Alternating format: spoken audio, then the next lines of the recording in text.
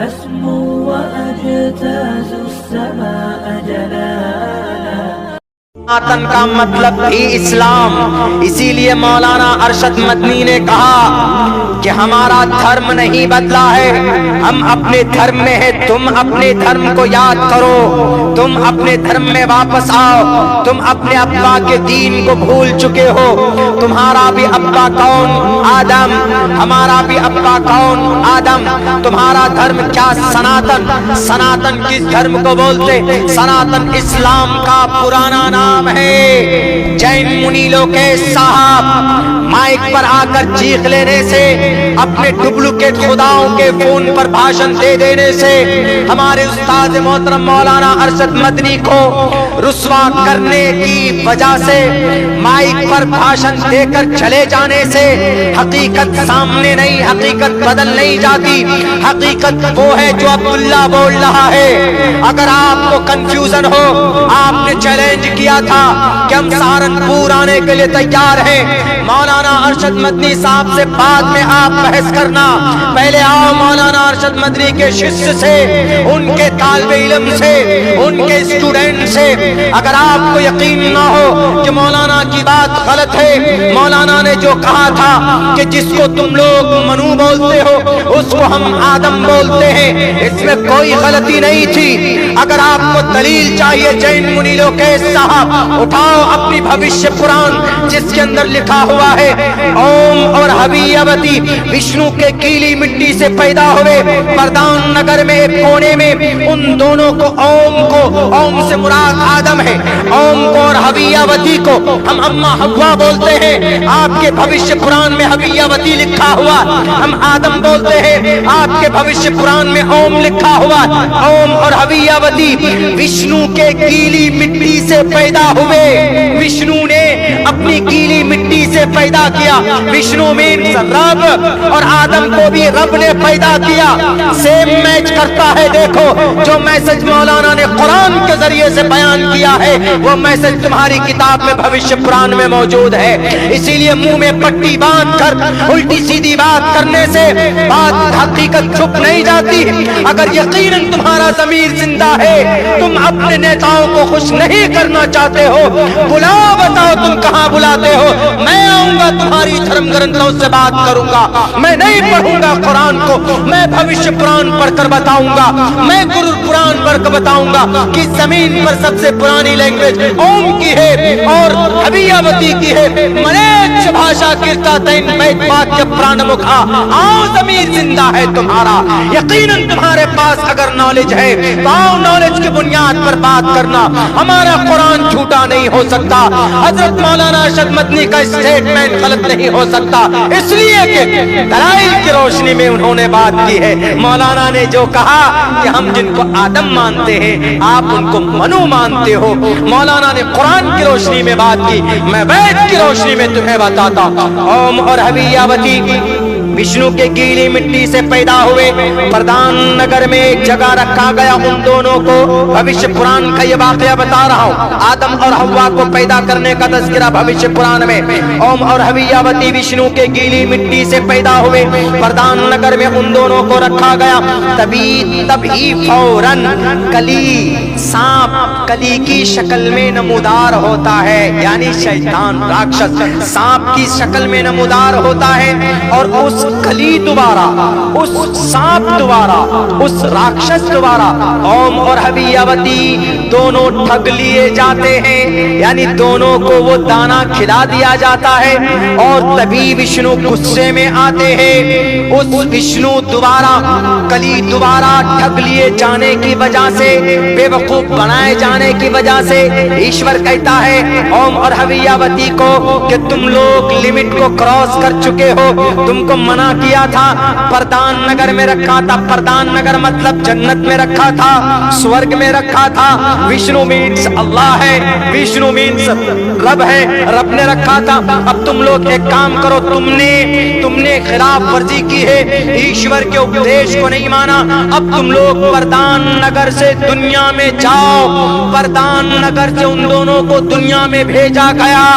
بتائیے یہی واقعہ قرآن میں ہے کہ نہیں ہے؟ آدم کا اللہ تبارک و تعالی ویدوں میں کیا کہا؟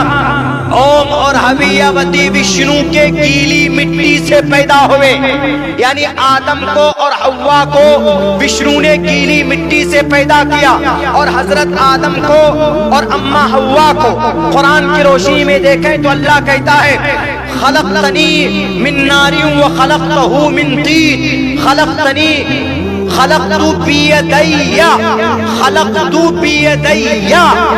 اپنے ہاتھوں سے میں نے پیدا کیا۔ اللہ کہتا ہے کن کو؟ آدم کی شکل کو اپنی ہاتھوں سے، اللہ کہتا ہے۔ اور وہاں کیا کہا گیا؟ وشنو کے گیلی مٹی سے، وشنو مینس رب العالمین، وشنو کے گیلی مٹی سے آدم حوا پیدا کیے گئے۔ یہاں قرآن کہتا ہے کہ اللہ صاحب من صلصال کالفخار، مٹی کھود کر اس کو جمع کر دی جاتی ہے، پھر کچھ دنوں بعد اس کا ڈھانچہ بنایا جاتا ہے، اس کے بعد پھر ڈھانچہ بنانے کے بعد سور پھونکتے ہیں، اس میں جان آ جاتی ہے۔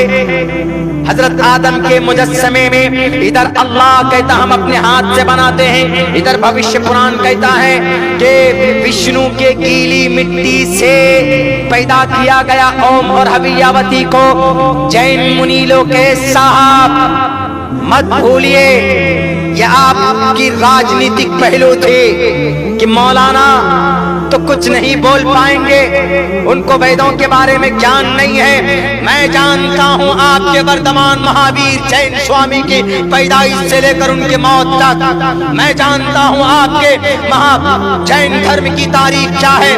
کیا آپ کے وردمان مہاویر جین سوامی 2700 سال پہلے 30 سال کی عمر میں بنواس کاٹنے نہیں گئے تھے؟ کیا وہ ہندو دھرم سے الگ نہیں ہوئے تھے؟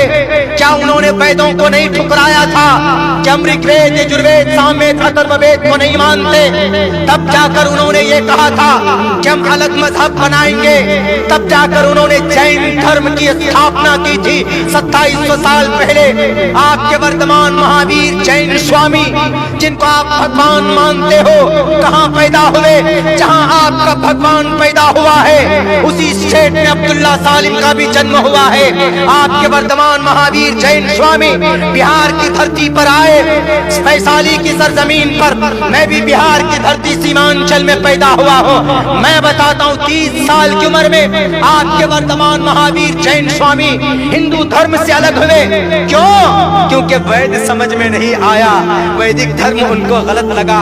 آج آپ چلے ہو ویدک دھرم کی تشریح کرنے، ارے جتنا میں پڑھتا، جتنا اس لوگ ایک ساتھ میں پڑھ کر سنا سکتا، آپ جو بولتے ہیں کہ ہمارے جو 24 تھنکر ہیں ان میں 24ویں نمبر پر وردمان مہاویر جین سوامی ہے اور پہلے نمبر پر رشبھ دیو جی ہیں، تو میں کہتا ہوں کہ جتنے آپ کو اپنے وردمان مہاویر جین سوامی کو شلوک یاد نہیں ہوگا اتنا عبداللہ سالم آپ کو ایک سانس میں پڑھ کر سنا سکتا۔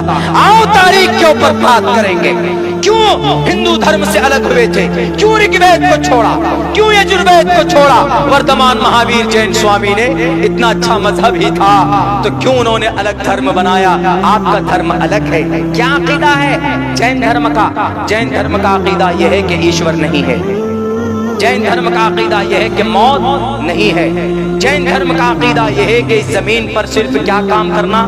صحیح عقیدہ رکھنا۔ کس کے بارے میں؟ صحیح، اے بچے چپ رہو، صحیح عقیدہ رکھنا۔ کس چیز کے بارے میں صحیح عقیدہ رکھنا؟ یہ عقیدہ ایشور نہیں ہے، صحیح علم رکھنا اور صحیح عمل کرنا، یہ 3 بنیادی عقیدہ ہے۔ اور کسی چیز کو تکلیف مت دینا، یہ بھی ایک بنیادی عقیدہ ہے جین دھرم کا۔ آپ نے کسی انسان کو بڑی تکلیف دی ہے، دلی کے اندر ایک بڑے بزرگ کو آپ نے تکلیف دی ہے، آپ کو اگر کہنا ہی تھا، تحقیق مانگنی تھی، تو آپ مولانا کے پاس جاتے کہ مولانا آپ نے یہ جو باتیں کہی ہے میں اس کی تحقیق پیش کرتا ہوں۔ میں نہ رہا وہاں پہ، اگر میں ہوتا اس وقت تو ہمارے پروگرام چل رہے تھے، دل بھائی بھی ساتھ میں تھے، یہیں پہ کھڑئی میں ایک پروگرام تھا 11 تاریخ کو، اس ڈیٹ میں ہم یہاں تھے۔ یقیناً اگر ہم ہوتے اس اسٹیج پر، جیسے وہ چیخ کر گیا نا کہ منو اللہ، یہ اللہ کی توہین کی ہے نا انہوں، مولانا نے کیا کہا کہ ارے بھائی ہم جس کو آدم مانتے ہیں اسی کو آپ منو مانتے ہیں، ہم جس کو اللہ مانتے ہیں اسی کو جس کو آپ ایشور مانتے ہیں اس کو اللہ مانتے ہیں. یہی بات کہی تھی مولانا نے. کون سی بری بات؟ یہ تو دنیا کے اندر لوگ جانتے ہیں کہ بھئی ہاں سب کا اللہ ایک ہی ہے. ایکو دیوا سرو بھوتیشو گوڑا، دیو ایک ہے، پرماتما ایک ہے. تو دیکھ لیجیے مولانا ارشد مدنی نے جو بات کہی کہ سب سے پرانا دھرم کوئی ہے تو اسلام ہے، اسلام کا پرانا نام سناتن ہے. تو پتہ چلا کہ ہندو بھائی ہمارے بھائی ہیں، وہ بھٹکے ہوئے ہیں، غلط راستے پر چلے گئے، ان کو کوئی بتانے والا نہیں ملا. اسی دھرم سے نکل کر وہ جین منی لوکیش جی کے گرو نے اپنا ایک الگ مذہب بنایا، جین دھرم.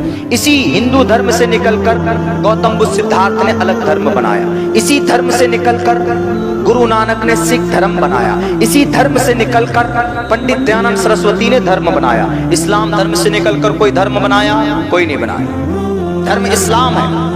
ہاں چھوٹے چھوٹے فرقے ہو سکتے، فرقہ دھرم نہیں. فرقہ کون؟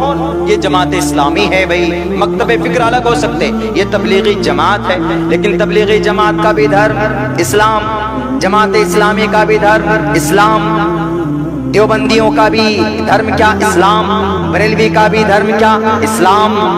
چکڑالوی کا بھی دھرم کیا؟ اسلام. ہے کہ نہیں؟ سب کا ہمارا مکتب فکر الگ ہو سکتے ہیں، مسلک کے اندر تھوڑی بہت تبدیلی ہو سکتی ہے. اہل حدیث کا بھی دھرم کیا؟ اسلام. لیکن آپ کے یہاں تو پوچھے گرو نانک جی سے کہ گرو نانک جی کیوں رگ وید چھوڑا آپ نے، کیوں اپنا دھرم سکھ دھرم بنایا؟ گوتم بدھ سدھارتھ سے پوچھے کہ کیوں رگ وید یجروید ساموید اتھرو وید چھوڑا، کیوں آپ نے الگ مذہب بنایا؟ جی گوتم بدھ سدھارتھ سے پوچھے بدھسٹ کیوں بنایا آپ نے؟ بدھ دھرم، بودھ دھرم. بودھ بھی گیا میں پیدا ہوئے، جین گوتم بدھ سدھارتھ بہار میں وہ بھی پیدا ہوئے. میرے بھائیو خواہ کی وہ باتیں ہیں سستی پاپولرٹی حاصل کرنے کے لیے. تو یہ تحقیق ہو گئی کہ اسلام پرانا دھرم نہیں ہے. یہ اسلام سب سے پرانا دھرم ہے، 1450 سال پرانا نہیں بلکہ سب سے پرانا دھرم اسلام. تحقیق دلیل میں نے پیش کیا آپ کے سامنے. اسلام ہاں 1400 سال سے لفظ اسلام اس دھرم کا نام پڑا، اسلام. کیوں؟ اس وقت قرآن میں لفظ استعمال ہوا، لفظ اسلام استعمال ہوا 1450 سال پہلے، تو اسلام بولا جانے لگا. ورنہ اس سے پہلے دین ابراہیمی، دین داؤدی، اس طرح جو نبی بھی تھے، دین موسیٰ، دین عیسوی، شریعت موسوی، اس طرح بولتے تھے. جو نبی تھا اس کی شریعت بولتے تھے. تو اسلام اللہ کے نبی کے زمانے سے یہ نام پڑا.